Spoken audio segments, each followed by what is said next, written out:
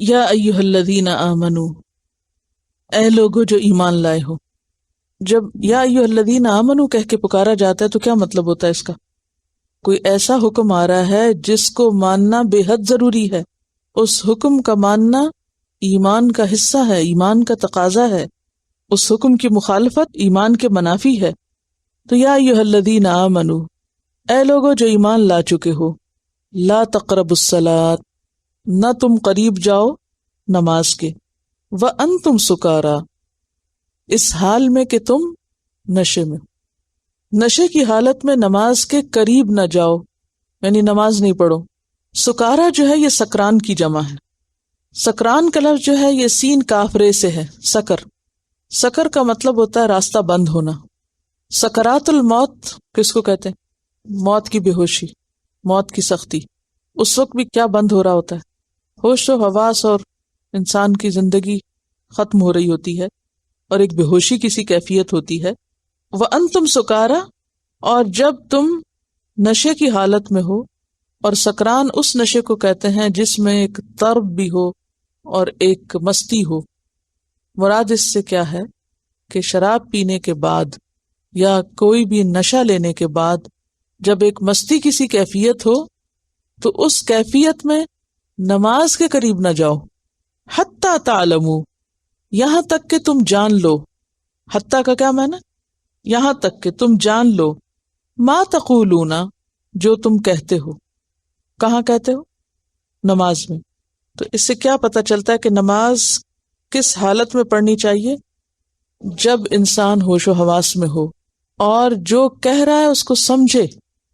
نماز دراصل بندے کا اللہ کے ساتھ ایک تعلق ہے، ایک گفتگو ہے، ایک کمیونیکیشن کا ذریعہ ہے، ایک بات چیت ہے. نمازی دراصل اللہ سے باتیں کر رہا ہوتا ہے، اللہ سے سرگوشیاں کر رہا ہوتا ہے، جیسے حدیث میں آتا ہے یناجی ربہ. تو جب آپ کسی سے بات کر رہے ہوں تو کس حال میں کرتے ہیں؟ کبھی آپ نے نیند میں کسی سے باتیں کی؟ آپ تھوڑے تھوڑے سو رہے ہوں اور کوئی آپ سے کچھ پوچھے تو آپ کیا جواب دیتے ہیں؟ کچھ سے کچھ جواب دے جاتے ہیں. پھر آپ کہتے ہیں کیا کہا تھا میں نے، خود بھی نہیں پتا ہوتا کیا کہا تھا. اور اگر کوئی کہے تم نے یہ کہا تھا تو آپ کہتے اچھا میں نے یہ کہا تھا. تو ایسی کیفیت میں جب آپ کو یہ نہ پتا ہو کہ آپ کیا کہہ رہے ہیں، چاہے وہ نشے کی وجہ سے ہو چاہے وہ نیند کی وجہ سے ہو، تو اس وقت نماز نہیں پڑھنی چاہیے. واضح طور پر حدیث میں آتا ہے کہ ایسی حالت میں نماز نہ پڑھی جائے. حدیث ہے اگر تم میں سے کسی کو نماز میں اونگ آنے لگے تو اسے کچھ دیر کے لیے سو جانا چاہیے تاکہ نیند کا اثر چلا جائے، ورنہ نیند کی حالت میں وہ سمجھ نہ سکے گا اور بجائے دعا اور استغفار کے اپنے آپ کو گالی دینے لگ جائے گا. یعنی اپنے آپ کو دعا کی بجائے بد دعا بھی دے سکتا ہے انسان اس حال میں. تو نماز ایک ایسی عبادت ہے جسے پورے ہوش و حواس کی حالت میں ادا کرنا چاہیے. اور پھر حتی تعلموا ما تقولون، تو قول میں دو چیزیں شامل ہیں، جو لفظ بولتے ہو وہ بھی پتا ہو اور جو اس کا معنی ہے وہ بھی پتا ہونا چاہیے. تو اس سے کیا پتہ چلتا ہے؟ آپ سب لوگوں کو نماز کا مکمل ترجمہ آنا چاہیے. آتا ہے یا نہیں آتا تو میرے خیال ہے کسی دن کا سبق چھوڑ کر میں پہلے نماز کا ترجمہ آپ کو سکھاؤں، کیونکہ نماز کا ترجمہ جاننا نماز کا حصہ ہے. یہ اس آیت سے پتہ چل رہا ہے. حتی تعلموا، یہاں تک کہ تمہیں علم ہو جائے، ما تقولون، کہ تم کیا رہے ہو. اور اگر ہمیں پتہ ہی نہیں کہ ہم کیا رہے ہیں تو ہم کیا نماز پڑھ رہے ہیں؟ سوچئے، جب پتہ ہی نہیں، قرآن کے اس حکم کی مخالفت ہے. اور ہماری اکثریت مسلمانوں کی آج کیسی نمازیں پڑھ رہی، بے سوچی سمجھی، پتہ ہی نہیں کیا کہہ رہے ہیں نماز میں، بیٹھ کے کیا کہہ رہے ہیں، کھڑے ہو کے کیا کہہ رہے ہیں، ہاتھ باندھ کے کیا کہہ رہے ہیں، رکوع میں کیا کہہ رہے ہیں، کچھ پتہ نہیں. تو کس قدر ضروری ہے کہ نماز کا ترجمہ لوگوں کو سکھایا جائے.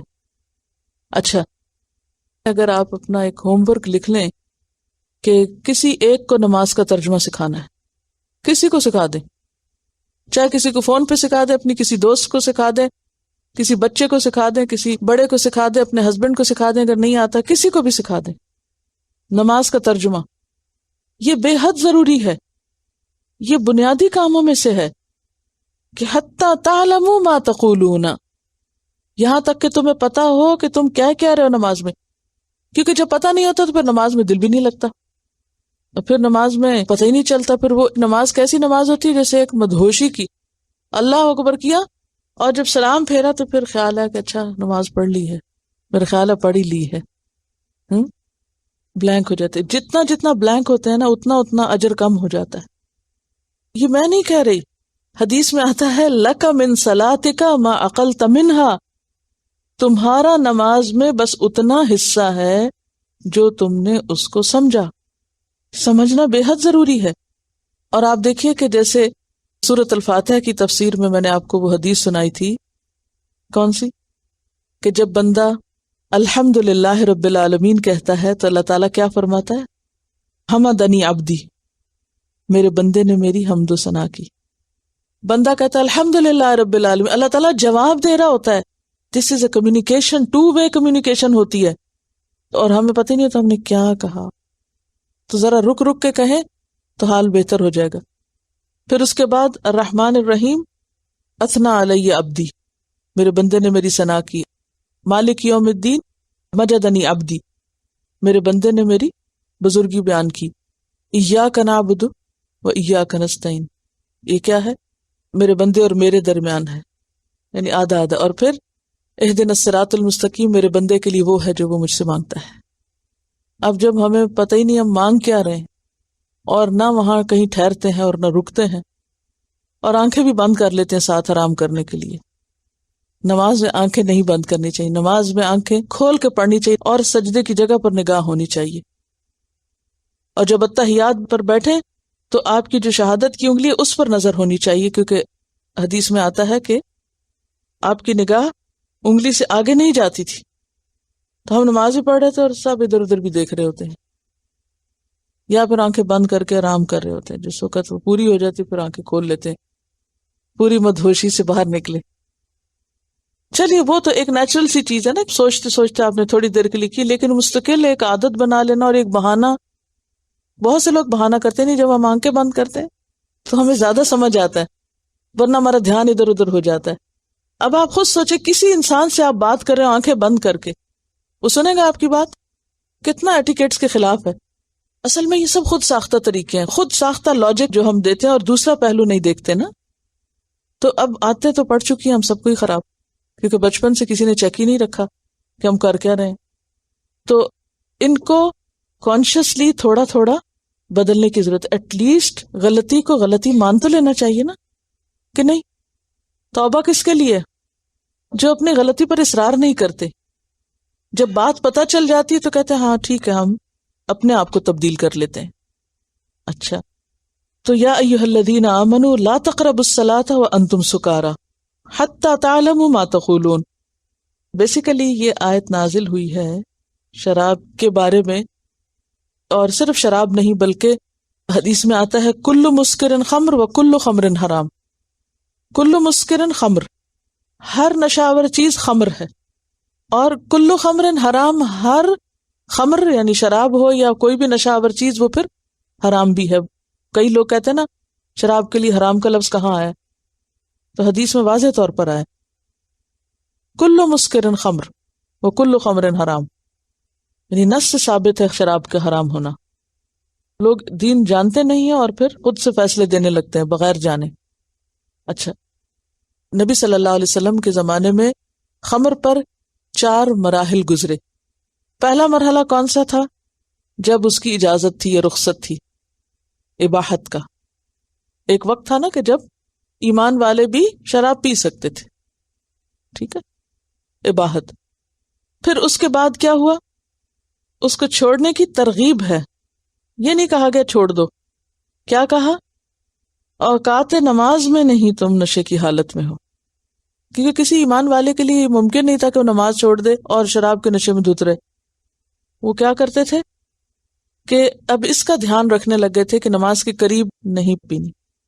اب آٹومیٹیکلی کیا ہوا؟ کوانٹٹی کم ہو گئی، تھوڑے سے تیار ہو گئے. پہلا حکم آیا کہ اس میں کچھ فائدے بھی ہیں اور کچھ نقصان بھی ہیں. پھر آیا کہ نماز کے اوقات میں نہیں پیو. پھر آیا نہیں مطلق کہ اب تم اس کے قریب بھی نہ جاؤ. انما الخمر والمیسر والانصاب والازلام رجس من عمل الشیطان، یہ شیطانی کاموں میں سے. فاجتنبوہ یعنی مطلقاً حرمت آ گئی. دوبارہ سے اس کو دیکھ لیں. پہلا مرحلہ جس میں رخصت یا اجازت تھی، دوسرا مرحلہ جس میں اس کے کچھ فائدے اور کچھ نقصان بتائے گئے، تیسرا مرحلہ اوقات نماز میں پینے پہ پابندی لگا دی گئی، چوتھا مرحلہ جب مطلقاً نہیں آ گئی کہ اب نہ نماز کے اوقات میں اور نہ ہی کسی اور وقت میں کہیں بھی نہیں پی سکتے. تو یا ایھا الذین آمنوا لا تقربوا الصلاۃ وانتم سکارى حتی تعلموا ما تقولون ولا جنبا. ولا جنبن میں واو جو ہے نا یہ عطف کا ہے، یعنی اس کا تعلق کس سے ہے؟ لا تقربوا الصلاۃ سے. یعنی لا تقربوا الصلاۃ نمبر 1 وانتم سکارى اور نمبر 2 ولا جنبن. سمجھ گئے؟ اور اس حالت میں بھی نماز کے قریب نہ جاؤ جب تم جنبی ہو. جنبن کس کی جمع ہے؟ جنبی کی. جنبی جنب سے ہے، وہ صاحب بالجنب پیچھے پڑا، ٹھیک ہے. اور مراد اس سے کیا؟ حالت جنابت. حالت جنابت میں نماز کے قریب نہ جاؤ. جنابت کی حالت کون سی حالت ہے؟ جب انسان کے اوپر غسل فرض ہوتا ہے. اور غسل کب فرض ہوتا ہے؟ شوہر اور بیوی کے تعلق سے اور حیض اور نفاس کی وجہ سے. ولا جنبن اور نہ حالت جنابت میں الا عابری سبیل مگر یہ کہ عبور کرنے والے ہو راستے کو. عابری کس سے ہے؟ عبور کرنے سے، گزرنا. سبیل راستہ، تو مراد کون ہے؟ وابن السبیل یعنی مسافر ہو. حتی تغتسلوا یہاں تک کہ تم غسل کر لو. تو اصل میں یوں تھا ولا جنوبن حتی تغتسلوا، جیسے کیا تھا لا تقربوا الصلاۃ وانتم سکارى حتی تعلموا، تو یہاں کیا ولا جنوبن حتی تغتسلوا، حالت جنابت میں نماز نہ پڑھو جب تک کہ غسل نہ کر لو. ٹھیک ہے، سوائے اس کے کہ تم مسافر ہو، اس صورت میں نہانے کی بجائے تیمم کر سکتے ہو، یہ مراد ہے. ٹھیک. اچھا، اب یہاں پر حالت جنابت کا ذکر کیا جا رہا ہے جس میں انسان پر غسل فرض ہوتا ہے. تو براہ کرم نماز نبوی پیج 52 لکھیے اپنے پاس. نماز نبوی پیج 52 53 54 اس میں جنابت کے احکام ہیں. کس کے احکام ہیں؟ جنابت کے. کیا مطلب؟ وہ 4 حالتیں جن میں انسان نہائے بغیر نماز نہیں پڑھ سکتا، اور اگر نہانے کے لیے پانی نہ ہو یا بیمار ہو تو اس کو تیمم کرنا ہوتا ہے. ٹھیک ہے، اب یہ آپ کو کیا کرنا ہے؟ پڑھنا. اچھا، پڑھنے میں آپ کو کرنا یہ ہے کہ پڑھنے کے بعد جو بات اس میں سے سمجھ نہ آئے وہ لکھ کر سوال کر لینا ہے. ٹھیک ہے، بہت سادہ اور آسان چیزیں ہیں. میرے خیال ہے کہ انٹرنیٹ پہ یہ اویلیبل بھی ہے. اگر آپ کو مزید سمجھنے میں کچھ دقت ہے یا عربی پڑھنے میں یا عبارت میں، تو آپ کیا کر سکتے ہیں؟ اس حصے کو کھول کے سن بھی سکتے ہیں، ڈیٹیل میں اس کو جان سکتے ہیں. لیکن یہ جاننا بے حد ضروری. کیوں؟ اس لیے کہ اگر جنابت کی حالت کا صحیح علم ہی نہیں اور پھر غسل جنابت کا نہیں پتا کہ کیسے کرتے ہیں، تو آپ کی پڑھی ہوئی نمازیں بھی ضائع ہیں. کیونکہ نماز قبول نہیں ہوتی جب تک انسان پاک نہیں ہوتا. تو پاکی اور ناپاکی کے بارے میں ہمارے ذہن کو بالکل صاف ہونا چاہیے. کوئی جھول، کوئی کنفیوژن نہیں رہنی چاہیے. 2 طرح کے لوگ ہیں. ایک وہ جو انتہا پسند ہیں اس معاملے میں، وہ صرف اس پر نہیں رہتے کہ جو چیزیں انسان کو پاک کر دینے والی ہو، وہ اس سے کہیں آگے نکل جاتے ہیں اور چھوٹی چھوٹی چیزوں کے وہم میں مبتلا ہو کے اپنے آپ کو ناپاک کنسیڈر کرتے رہتے ہیں اور پھر نمازیں چھوڑے رکھتے ہیں. دوسرے وہ لوگ ہیں جو پرواہ نہیں کرتے کہ وہ پاک ہیں یا نہیں ہیں، کون کون سی چیز ان کی پاکی کے راستے میں رکاوٹ ہے. جیسے بعض اوقات لوگ نیل پالش لگا کے بھی نہاتے رہتے ہیں اور پورے جسم کو نہیں دھوتے، یا بالوں پر کوئی ایسی چیز چپکی بھی ہوتی ہے کہ جس میں پانی نہیں پہنچتا. یعنی پیریڈز میں ضروری ہے کہ بال پورے کھول کے مہندیاں وغیرہ اور ایک ایک بال کو دھویا جائے اور جڑوں تک بھی پانی پہنچایا جائے. جبکہ عام غسل جنابت میں کیا حکم ہے کہ اگر بال نہ بھی دھوئیں تو صرف سکن کا گیلا ہو جانا جو ہے وہ کافی ہے. تو ان باتوں کا صحیح طور پر علم ہونا بہت ضروری ہے، کیونکہ یہ ایمان کا حصہ ہے. آپ کو معلوم ہے کہ طہارت کس کا حصہ ہے؟ ایمان کا. ایک کیسٹس کا پیک بھی ہے، طہارت ایمان کا حصہ ہے. تو وہ آپ سن بھی سکتے ہیں، اور بہت سی باتیں ایسی ہوتی ہیں نا کہ جو انسان 1 to 1 بچوں کو نہیں سمجھا سکتا یا کسی اور کو بتانے میں شرم آتی ہے، تو اس میں پھر انسان سن کے سمجھ سکتا ہے یا پڑھ کے سمجھ سکتا ہے. تو اس کتاب میں سے آپ اس حصے کو، جس میں نمبر 1 جنابت کی حالتیں ہیں اور نمبر 2 غسل جنابت کا طریقہ، یہ بھی آپ کو پڑھنا ہے. ٹھیک ہے؟ تو یہاں پر کیا فرمایا؟ نہ حالت جنابت میں تم نماز کے قریب جاؤ یہاں تک کہ غسل کر لو. ہاں ایک صورت ہے غسل نہ کرنے کی، اور وہ کیا ہے کہ تم رستے میں ہو، سفر میں ہو. اب جب انسان سفر میں ہوتا ہے تو پھر مشکل کیا ہوتی؟ پانی نہیں ہوتا، تو اس کی آگے وضاحت کر دی گئی. وَإِن كُنتُم مَرْضَىٰ، اور اگر تم مرضى ہو یعنی مریض کی جمع بیمار ہو، او علی سفر، یا سفر پر ہو، او جاء احد منکم من الغائط، یا آئے کوئی ایک تم میں سے رفع حاجت سے. غائط کا لفظ جو ہے بیسیکلی نشیبی جگہ کے لیے استعمال ہوتا ہے، یعنی ڈپریشن کے لیے. زمین میں جو حصہ نیچے کو ہوتا ہے اس کو غائط بولتے ہیں. عموماً جو لوگ فضا میں جاتے تھے رفع حاجت کے لیے تو وہ بیٹھنے کے لیے کون سی جگہ تلاش کرتے؟ ذرا نشیبی ہٹ کے، جو لوگوں کی نگاہوں سے دور ہو، کیونکہ گھروں میں تو سب کے ٹوائلٹ نہیں ہوتے تھے پہلے زمانے میں، اب بھی بہت سی جگہوں پر ایسا نہیں ہو. تو وہ لوگ جب باہر جاتے تھے تو اس وقت نچلی زمین کی طرف کو یا نیچے کی طرف یا چھپ کے، جیسے بازو کا نا کھڈ ہوتے ہیں، زمین اوپر نیچے ہوتی ہے، تو نمایاں جگہ پر یا اونچی جگہ پر بیٹھنے کی بجائے کیا کرتے؟ نیچے والی زمین پہ بیٹھتے یا نیچے کی طرف جاتے. تو اس سے پھر کنایتاً استعمال ہونے لگا رفع حاجت کے لیے غائط کا لفظ. حالانکہ غائط جگہ کے لیے ہے، لیکن اس سے پھر کیا ہے، جیسے آپ کہتے ہیں ٹوائلٹ جانا، تو وہ کنایا ہے نا. آپ اس عمل یا اس فعل کو نہیں زبان پہ لاتے بلکہ جگہ کا نام لے لیتے ہیں کہ مجھے واش روم جانا ہے یا ریسٹ روم جانا ہے یا وٹ ایور. تو اسی طرح یہاں غائط کا لفظ بھی اسی کانٹیکس میں استعمال ہوا ہے. یا تم میں سے کوئی رفع حاجت کے لیے جائے، او یا لامستم النساء، تم نے چھوا عورتوں کو. لامس کا لفظ لمس سے ہے. لمس کس کو کہتے ہیں؟ ٹچ کرنے کو. تم نے عورتوں کو ہاتھ لگایا، اور ہاتھ لگانے سے مراد یہاں صرف ہاتھ لگانا نہیں ہے بلکہ اس سے مراد جماع ہے، یعنی سیکشل انٹرکورس جو ہے اس کی طرف اشارہ ہے. فلم تجدوا ماء، پھر نہ تم پاؤ پانی، پانی ہے ہی نہیں، پھر کیا کرو؟ نماز نہیں چھوڑ سکتے. فتیمموا، تیمم کر لو. تیمم کا لفظی معنی ہوتا ہے ارادہ کرنا. کیسے کرو تیمم؟ سعیدن، مٹی سے، طیبن، پاکیزہ. سعید کا لفظ جو ہے صاد عین دال سے ہے، یہ پیچھے بھی گزر چکا ہے. کہاں؟ اذ تسعدون، اذ تسعدون ولا تلوون، جب تم اوپر چڑھتے جا رہے تھے. تو سعید کہتے ہیں اونچی جگہ کو، غائط کس کو کہتے ہیں؟ نیچے کو. اور سعید کہتے ہیں اونچی جگہ کو، اوپر کو جانے کو. زمین کا بالائی حصہ، اپر لیئر. یاد رکھیے یہاں لفظ تراب نہیں استعمال ہوا، مٹی نہیں استعمال ہوا، بلکہ کیا ہوا ہے؟ سعید. سعید کہتے ہیں اونچی زمین کو، زمین کا اوپر والا حصہ. وجہ الارض سے بولتے ہیں، فیس آف دا ارتھ. کیا ہے؟ فیس آف دا ارتھ، یا زمین کا ابھرا ہوا حصہ.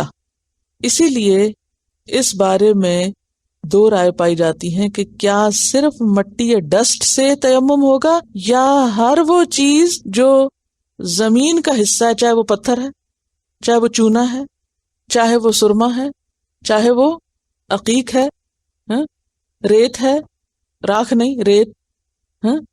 تو ان سب چیزوں سے بھی بعض علماء کہتے ہیں کہ تیمم ہو سکتا ہے. بعض نے اس سے مراد صرف ڈسٹ لی ہے، اور بعض نے کہا نہیں، چونکہ زمین کا اوپر والا حصہ کہا گیا، تو اگر زمین کے اوپر والے حصے میں کوئی بھی آپ کو پیبل یا اینٹ یا پتھر یا ریت یا چونا، کوئی بھی چیز آپ کو نظر آئے تو آپ اس سے تیمم کر سکتے ہیں. سرما کا کہتے ہوئے میں مسکرائی تھی، آپ کو شاید سرمے کا پتہ ہی نہیں ہے کہ کیا ہے. سرمے سے تیمم کریں گے تو کیا ہوگا؟ آپ لوگ غور سے نہیں سنتے نا، اس لیے انجوائے بھی نہیں کرتے. اوکے، کیونکہ وہ زمین سے ہی نکلتا ہے نا، جہاز سے تھوڑی گرتا ہے. فَتَيَمَّمُوا صَعِيدًا طَيِّبًا، تو تم کیا کرو، پاک مٹی سے تیمم کر لو، پاک مٹی کا ارادہ کر لو. اچھا، اس میں کرنا کیا ہوگا؟ فَامْسَحُوا، پھر مسح کرو، بِوُجُوهِكُمْ، اپنے چہروں کا. تو تیمم میں پہلے چہرہ، وَأَيْدِيكُمْ، اور ہاتھوں کا. تو طریقہ کیا ہوگا؟ زمین پہ ہاتھ مار کے پہلے چہرے پر اور پھر ہاتھ پر. اور ایدی ید کو کہتے ہیں. ید کہاں تک ہوتا ہے؟ جیسے ہاتھ کا پہنچا جس کو کہتے ہیں، ہاتھ کے گٹے جس کو بولتے ہیں نا، یہاں تک ہاتھ ہوتا ہے. ہاتھ کونی تک نہیں ہوتا. دلیل دیجیے. اب وضو جب آپ کرتے ہیں، کیونکہ بعض لوگ نا پوری بازو کرتے ہیں تیمم جیسے وضو کرتے ہیں، لیکن قرآن کیا کہتا ہے؟ ہاتھوں پر بس، چہرے اور ہاتھ ہیں یہاں تک. دلیل چاہتی ہوں آپ سے کہ ہاتھ اتنے ہی ہوتے ہیں، یہاں تک نہیں. وضو پہ کیسے قیاس کریں گے؟ کیونکہ وضو میں تو کہا گیا الی المرافق، وہاں تو مرافق کا لفظ آتا ہے، کوہنیوں کا لفظ آتا ہے، لیکن یہاں تیمم کے لیے کوہنی کا لفظ نہیں آ رہا. قرآن پاک میں آتا ہے کہ چور مرد ہو یا عورت کیا کرو، ہاتھ کاٹ دو. کہاں تک کاٹتے ہیں؟ کونی تک نہیں نا، کہاں تک؟ تو یہ اس کی دلیل ہے کہ ہاتھ صرف اتنی جگہ کو کہا جاتا ہے، ٹھیک ہے، جہاں ہاتھ کا جوڑ شروع ہوتا ہے نا وہاں تک، ٹھیک ہے. یعنی جہاں سے بازو اور ہاتھ باہم ملتے ہیں بس یہاں تک تیمم کرنا ہوگا، ٹھیک ہے. کف، ہتھیلی جس کو بولتے ہیں، بازو نہیں، کیونکہ وضو میں بازو دھونے کا حکم ہے. اور اس کی دلیل کیا ہے؟ الی المرافق، یہاں تک جاؤ، لیکن تیمم میں صرف ہاتھوں کی بات ہے. فَامْسَحُوا بِوُجُوهِكُمْ، اور وضو میں آپ دیکھیں کیا کرتے ہیں، پہلے ہاتھ دھوتے ہیں پھر چہرہ دھوتے ہیں، لیکن تیمم میں پہلے چہرہ اور پھر ہاتھ کا ذکر ہے. اچھا، مسند احمد کی حدیث ہے جس میں نبی صلی اللہ علیہ وسلم کے تیمم کا طریقہ لکھا ہوا ہے، اور بخاری اور مسلم کی حدیث میں بھی ہے کہ آپ صلی اللہ علیہ وسلم نے کیا کیا، ایک بار دونوں ہاتھ زمین پہ مارے اور پھر ہتھیلیوں اور چہرے کا تیمم کیا. مسند احمد کی روایت میں ہے کہ آپ نے ایک ہی ضربہ سے، ضربہ کہتے ہیں ایک دفعہ ہاتھ مارنے کو، اس کو مارا، پھونک ماری ہاتھ پہ، کیونکہ اصل مقصد مٹی ملنا نہیں تھا بلکہ مٹی کو چھونا تھا، اور کچھ لگی رہ جاتی ہے ہاتھ سے اگر آپ پھونک مار بھی دیں. اور پھر چہرے اور ہاتھ کو آپ نے کر لیا، اور ایک دفعہ ہی کافی، تین دفعہ نہیں. تو اس میں آپ دیکھیے کہ تیمم کا بھی آپ کو پڑھنا ہوگا. نماز نبوی صفحہ نمبر 80 پر تیمم کا بیان ہے، پیج 80 پر، اور اس میں آپ تیمم کا طریقہ پڑھیے. حضرت عمار بیان کرتے ہیں کہ وہ سفر کی حالت میں جنبی ہو گئے، پانی نہ ملنے کی وجہ سے خاک پر لوٹے، یعنی کہ لوٹ کے مٹی ملی اور نماز پڑھ لی. پھر آ کر یہ حال نبی صلی اللہ علیہ وسلم کے سامنے بیان کیا تو آپ نے فرمایا تمہارے لیے صرف یہی کافی تھا. اور پھر نبی صلی اللہ علیہ وسلم نے دونوں ہاتھ زمین پر مارے، ان پر پھونک ماری، ان کے ساتھ اپنے منہ اور دونوں ہاتھوں پر مسح کیا. یہ بخاری کی روایت ہے کتاب التیمم کی. تو یہ آپ تیمم کا طریقہ بھی سیکھ لیں. دونوں ہاتھوں سے چہرے کا مسح کیا، پہلے الٹے ہاتھ سے سیدھے پر اور پھر سیدھے ہاتھ سے الٹے پر. اس میں ساری ڈیٹیل مزید بھی لکھی ہوئی ہے، آپ اس کو پھر پڑھ لیجئے. اچھا، اب آپ دیکھیے کہ اس آیت کے اندر بہت سی چیزیں ہیں.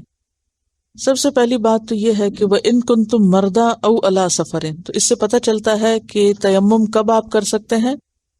نمبر 1 بیمار ہو، نمبر 2 سفر میں ہو، اور نمبر 3 جب پانی نہ ملے، چاہے آپ گھر پہ ہوں اور چاہے آپ سفر پہ ہوں.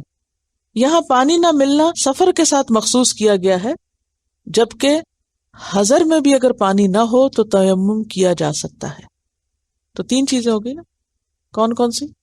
بیماری، سفر اور پانی کا نہ ملنا. ٹھیک ہے، اب آپ دیکھیے بیماری کون سی بیماری. اب آپ کہیں مجھے فلو ہو رہا ہے تو میں تو آج وضو نہیں کر رہی، ہے۔ اس میں آپ دیکھیے دو چیزیں، نمبر ایک ایسی بیماری جس سے جان کی ہلاکت کا خوف ہو، جیسے ایک موقع پر سفر میں ایک شخص کو جنابت لاحق ہوئی، اس کے سر میں زخم تھا، تو لوگوں نے کہا نہیں تمہیں تو نہانا ہی پڑے گا، وہ بیچارہ نہایا اور مر گیا، تو آپ صلی اللہ علیہ وسلم نے بہت ناراضگی کا اظہار کیا کہ تم نے اس کو قتل کر دیا۔ تو کوئی ایسی بیماری جس میں پانی سے ہلاکت کا اندیشہ ہو، اس میں تو بالکل حرام ہے کہ کوئی وضو کرے یا نہائے۔ نمبر دو، ایسی بیماری جس میں پانی کے استعمال سے مرض میں اضافہ ہو، تکلیف میں اضافہ ہو، پانی تکلیف دہ ہو یا پھر پانی کا استعمال تکلیف دہ ہو، جیسے زخم ہو جاتا ہے، کٹ لگ جاتا ہے۔ کچھ زخم تو ایسے تھے جن کو دھونا اور اچھا ہوتا ہے، لیکن کچھ زخم ایسے ہوتے ہیں کہ جن پہ اگر آپ مثلا کوئی جگہ چھل چکی ہے، سکن اتر چکی ہے، اور اگر آپ دن میں 5 دفعہ اس کو وضو میں دھوئیں تو کیا ہوگا؟ تکلیف بھی ہے اور مرض کے بڑھنے کا اندیشہ، دونوں چیزیں آ گئی نا اس میں، ٹھیک ہے۔ جیسے ہاتھ وغیرہ جل جاتے ہیں، سکن اتر جاتی ہے، تو اس میں پانی کا استعمال بعض اوقات انتہائی اذیت ناک ہوتا ہے۔ تو ایسی کوئی بھی بیماری جس میں پانی تکلیف میں اضافہ کرے یا بیماری کو بڑھائے، تو اس میں کیا کرنا ہوگا؟ تیمم کرنا ہوگا۔ اچھا، پھر یہ ہے کہ تیمم جنابت سے پاک ہونے کے لیے بھی ہے اور تیمم حدث سے پاک ہونے کے لیے بھی ہے، یعنی وضو نہ ہو تو بھی تیمم کفایت کرے گا، اور غسل کی ضرورت ہو تو بھی تیمم کفایت کرے گا، ٹھیک ہے۔ یعنی اگر کسی کو نہانے کی ضرورت ہے اور نماز کا وقت آ گیا تو وہ کیا کرے گا؟ نہیں سمجھ آیا؟ نہانے کی ضرورت ہے مگر بیمار ہے یا پانی نہیں ہے اور نماز کا وقت آ گیا تو نماز چھوڑ دے گا؟ نہیں، تیمم کرے گا، ٹھیک ہے۔ اور اگر وضو نہیں ہے صرف اور وقت آ گیا نماز کا، پانی نہیں ہے یا بیمار ہے شدید، یا اتنا بیمار ہے کہ اگر آپ اس کو دن میں 5 دفعہ پکڑ پکڑ کے، معذور ہے مثلا، بعض کے معذور بھی ہوتے ہیں نا، بیمار نہ بھی ہو لیکن معذور ہوتے ہیں، خود نہیں دھو سکتے اور ان کو دھلانے میں بہت شدید تکلیف اور مشقت ہوتی ہے، تو ایسی صورت میں پھر کیا تیمم ہو سکتا ہے۔ اس صورت میں پھر کیا کریں گے؟ ہاتھ اور منہ کا مسح کر لیں گے۔ اور پھر یہ ہے کہ ان اللہ کان عفوا غفورا، بے شک اللہ تعالی معاف فرمانے والا، بخشش فرمانے والا ہے، ٹھیک ہے۔ اچھا، یہاں پر میں یہ چاہوں گی کہ چونکہ جنابت کا ذکر آیا ہے تو ساتھ وضو نہ ہو تو اس کا ذکر بھی آیا ہے، اور اس میں صرف ایک موقع کا ذکر کیا گیا کہ کوئی رفع حاجت سے آئے، تو کیا صرف رفع حاجت کے بعد وضو کی ضرورت ہوتی ہے؟ بول و براز کے علاوہ بھی کچھ مواقع ایسے ہوتے ہیں کہ جن سے وضو کی ضرورت ہوتی ہے، تو نواقض وضو کا باب پڑھنا بھی ضروری ہے۔ نواقض وضو کیا ہے؟ وہ چیزیں جو وضو توڑ دیتی ہیں، ٹھیک ہے، وہ چیزیں جو وضو توڑ دیتی ہیں ان کو نواقض وضو کہتے ہیں۔ اور پیج 77، کیونکہ نبی صلی اللہ علیہ وسلم نے فرمایا کہ وضو کے بغیر نماز قبول نہیں کی جاتی۔ ایک اور حدیث میں آتا ہے جس شخص کا وضو ٹوٹ جائے جب تک وہ وضو نہ کرے اللہ تعالیٰ اس کی نماز قبول نہیں کرتا۔ اب وہ کون سی چیزیں ہیں جو وضو کو توڑتی؟ اس میں انشاءاللہ تفصیل تو آپ یہاں پڑھیں گے، لیکن میں ایک عام قاعدہ بتا دوں کہ سب سے بڑا نواقض وضو ہے ما یخرج من سبیلین، انسان کے اخراجات کے 2 راستے جو ہیں بول و براز کے، اس میں سے کچھ بھی نکلے، خواہ پیشاب ہو، خواہ براز ہو، خواہ ہوا ہو، خواہ خون ہو یا کوئی اور مادہ ہو، منی ہو یا مزی ہو یا وٹ ایور، کچھ بھی جو اگلے اور پچھلے راستے سے نکلتا ہے اس سے وضو باقی نہیں رہتا، خواہ لکوریا ہو، خواہ شہوت سے نکلے خواہ اس کے بغیر نکلے، سوائے اس کے کہ انسان ایسی بیماری میں مبتلا ہو کہ جس میں وہ کنٹرول ہی نہ کر سکے۔ بعض لوگوں کو پیشاب کنٹرول نہیں ہوتا، وہ کیا کریں؟ وضو کرے، اس وقت پاک کپڑا پہنے، نماز شروع کر دیں، دوران نماز اگر قطرے ٹپکتے بھی رہتے ہیں تو اس کی نماز ہو جائے گی، اس کا وضو نہیں ٹوٹے گا۔ اسی طرح بعض لوگوں کے انٹسٹائن میں کوئی پرابلم ہو جاتا ہے تو وہ کنٹرول نہیں کر سکتے اپنے آپ پر، تو کچھ نہ کچھ ایسا مادہ نکلتا رہتا ہے یا ہوا یا کچھ بھی وٹ ایور، تو اس سے کیا ہے کہ ایک دفعہ وضو کر کے وہ نماز شروع کر لیں۔ اور ایک پوری نماز ایک وضو سے وہ پڑھ سکتے ہیں. اس میں اگر بیچ میں پانی ٹپک گیا، کوئی نجاست ٹپک گئی، جسم سے نکل گئی، یا بعض لوگوں کو بیگ لگ جاتا ہے تو اس میں کو پتہ بھی نہیں ہوتا کہ ان کے جسم سے کیا باہر آ رہا ہے، تو موٹا سا ایک اصول یاد رکھیں، جو کچھ سبیلین سے نکلتا ہے، ٹھیک ہے، چاہے وہ لکوڈ ہے یا سالڈ ہے یا گیس ہے، واٹ ایور، اس سے وضو نہیں رہتا، چاہے وہ بلڈ ہے یا صرف واٹری ڈسچارج ہے یا اسٹکی ڈسچارج ہے، شہوت سے ہے یا بغیر شہوت کے ہے، جو بھی سبیلین سے نکلے گا وہ وضو ختم کر دے گا. یہ ایک موٹا سا اصول ہے، اگر آپ اس کو یاد رکھیں گے تو سارے سوالوں کے جواب آپ کو مل جائیں گے. اب ایک اور سوال یہ پیدا ہوتا ہے کہ کیا اس کے علاوہ اگر جسم کے کسی اور حصے سے کچھ نکل رہا ہے تو اس سے بھی وضو ٹوٹ جائے گا؟ نہیں. مثلا آپ کی رال ٹپک رہی تو کیا وضو گیا؟ نہیں. آپ دودھ پلا رہے ہیں بچے کو، کیونکہ بعض لوگ سوال کرتے ہیں کہ بچے کو دودھ پلانے سے وضو رہتا ہے، کوئی حرج نہیں، آپ دودھ پلائیں جتنا چاہیں، اس سے وضو نہیں ٹوٹتا. آپ کو فلو ہو گیا، آپ کے ناک سے کچھ نکل رہا ہے، آپ کو وضو نہیں ٹوٹتا. آپ رو رہے ہیں، آنسو ہے، وضو نہیں ٹوٹتا. آپ کو پسینہ آ رہا ہے، وضو نہیں ٹوٹتا. چوٹ لگی، خون نکل آیا، وضو نہیں ٹوٹتا. ٹھیک ہے. اب یہ جو مسئلہ میں نے آخری بتایا نا، یہ اختلافی مسئلہ ہے. اس میں دو رائے پائی جاتی ہیں. ایک رائے یہ ہے کہ جی خون کہیں سے بھی نکلے گا تو وضو ٹوٹ جائے گا. دوسری رائے یہ ہے کہ نہیں. صحابہ کرام کے عمل سے یہ بات پتہ چلتی ہے کہ حضرت عمر رضی اللہ تعالیٰ عنہ کو نماز کی حالت میں جب آپ پہ وار ہوا تھا، تیر لگا تھا یا تلوار جس سے بھی، تو آپ کے جسم سے خون نکل رہا تھا اور آپ نے نماز نہیں توڑی. اسی طرح اور صحابہ کے عمل سے بھی یہ بات پتہ چلتی ہے کہ خون کا نکلنا، مثلاً آپ نے وضو کیا، آپ آ کے کھڑے ہوئے، کسی نے کوئی بات کی، کہتے وہ دیکھو آپ کے دانت سے پتہ نہیں کیا کچھ نکل رہا ہے، خون. بعضوں کا پائیوری کے مرض ہوتی ہے نا، دانتوں سے بلیڈنگ ہوتی ہے بعض لوگوں کو، تو وہ بات بھی کر رہے ہوتے ہیں تو بعض اوقات کچھ نہ کچھ خون نکل آتا ہے. اب او ہو اچھا میرا تو وضو ٹوٹ گیا، پھر وہ گئے وضو کرنے. نہیں، اگر آپ ٹشو سے منہ کو صاف کر لیتے ہیں یا اسپٹ کر دیتے ہیں یا کلی کر لیتے ہیں خالی، تو اس سے بھی آپ کا وضو باقی رہتا ہے. ٹھیک ہے. ناخن کاٹنے سے بھی وضو نہیں ٹوٹتا. ٹھیک ہے. نامحرم کے سامنے بال ننگے کرنا ایک الگ گناہ ضرور ہے، مگر اس سے وضو نہیں ٹوٹتا. ٹھیک ہے.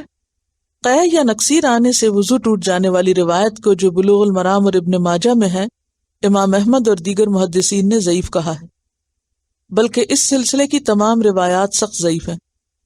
لہذا برات اصلیہ پر عمل کرتے ہوئے یہ کہا جا سکتا ہے کہ خون نکلنے سے وضو فاسد نہیں ہوتا.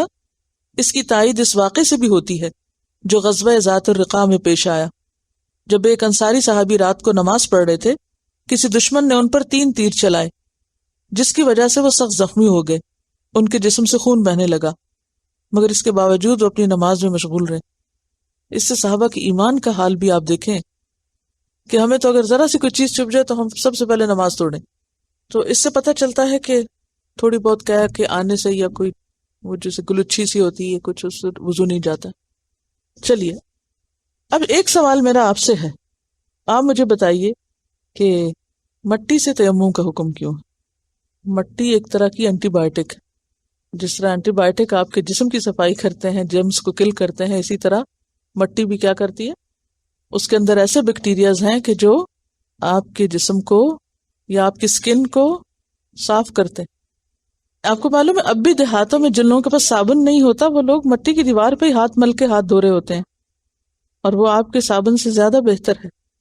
اور آپ کو معلوم ہے کتا جب کسی برتن میں منہ ڈال جائے تو اس کے لیے کیا حکم ہے؟ 7 دفعہ دھونا لازم ہے، اس میں 1 دفعہ مٹی سے دھونا لازم ہے، کیونکہ مٹی جو ہے وہ پاک کرنے والی ہے.